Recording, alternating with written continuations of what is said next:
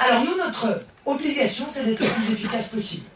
Et le plus efficace possible, c'est que vous soyez bien conscient que quel que soit votre choix, la personne que vous allez élire comme président du Front National sera le candidat à la présidentielle. Alors après, la question, c'est est-ce que nous prenons nos électeurs à contre-pied? Parce que très honnêtement, on sent qu'il est en train de se dérouler une dynamique. Vous le sentez autour de vous, dans vos amis, dans vos collègues. Les gens vous parlent du Front National, ils vous disent « Ah, maintenant j'en peux plus, ça y est, j'ai compris, je crois que je vais vous rejoindre. Et moi, en 2012, c'est terminé, je vais voter pour vous. » Vous sentez cette dynamique monter en puissance. Qu'est-ce que je dis quand on me dit « Mais qu'est-ce qui vous différencie de Bruno Gollnisch ?» Je dis juste, la question n'est pas de savoir qui a plus de qualité que l'autre. Si on est tous les deux vice-présidents du Front, c'est qu'a priori, on a des qualités. La question, c'est qui est le mieux placé, aujourd'hui, pour porter le plus loin les idées du Front National? Qui est le mieux placé pour se faire entendre d'électeurs qui, hier encore, ne nous entendaient pas, ne nous regardaient pas, ne s'intéressaient pas à notre programme? Or, je crois pouvoir dire qu'aujourd'hui, je suis la mieux placée. Et ça ne retire aucune qualité à Bruno, parce que dans 5 ans, la situation ne sera peut-être pas la même. Dans 5 ans, vous revoterez d'ailleurs. Il y a 5 ans, la situation n'était peut-être pas la même. Vous voyez bien que, honnêtement, si les adhérents du Front National, si au congrès de Tours, on disait, les adhérents du Front National ont choisi Bruno Gollnisch, vous savez pertinemment que les électeurs du Front National seraient pris à contre-pied et qu'on prendrait le risque de briser une dynamique qui aujourd'hui fait peur à l'Élysée. Nicolas Sarkozy, à de multiples reprises, s'en est ouvert auprès de journalistes en disant ils peuvent arriver devant nous à l'élection présidentielle, ils peuvent réitérer ce qui s'est déroulé le 21 avril, sauf que ce serait un 21 avril à l'envers parce que nous nous retrouverions face aux socialistes. Et ça change tout. Ça change tout parce qu'entre-temps, tout le travail de dédiabolisation que nous avons fait ensemble fait que l'image du Front National dans l'esprit des électeurs UMP s'est beaucoup améliorée.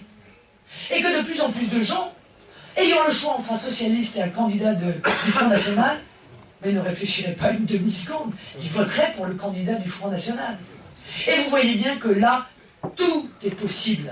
Quand il y a une vague de fond, comme elle est en train de se constituer, eh bien, je crois qu'il faut accompagner cette vague de fond et ne prendre absolument aucun risque. Maintenant, nous avons du travail sur la planche. Le front doit être amélioré. C'est un outil, mais c'est un outil qui est perfectible. Et ça, c'est notre rôle à tous. L'implantation locale, aller sur les territoires de candidats, se sentir responsable, personnellement, du territoire qu'on vous a confié, dans la diffusion de nos idées, dans le nombre d'électeurs qui votent pour nous. Ça, c'est essentiel. Affiner notre programme. Mais surtout, expliquer aux Français, et ça c'est le rôle du think tank que j'ai demandé à Louis Alliot de monter, avec des professeurs d'université, avec des avocats, avec des économistes, c'est qu'on ne va pas se contenter de dire aux Français ce qu'on va faire pendant cette élection présidentielle. On va leur dire comment on va le faire. Précisément, on va leur donner un calendrier. On va leur dire voilà comment nous allons remettre en place le franc. Comment nous allons sortir de l'euro parce que l'euro nous tue. Voilà comment on va rétablir la Banque de France dans ses prérogatives.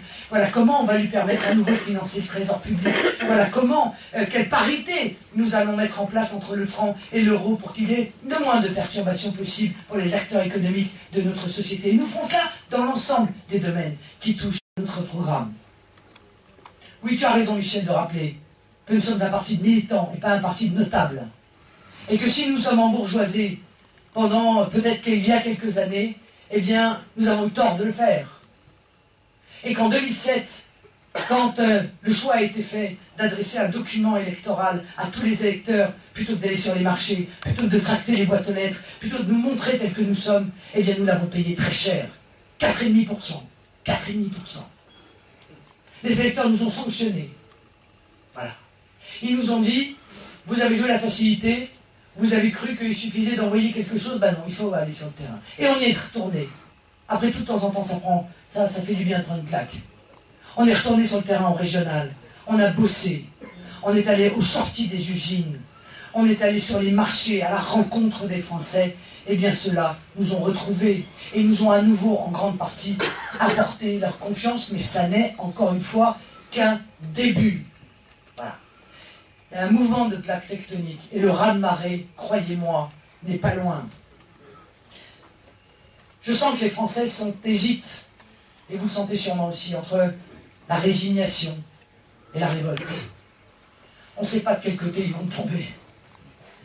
Moi, je voudrais qu'ils ne tombent pas du côté de la résignation.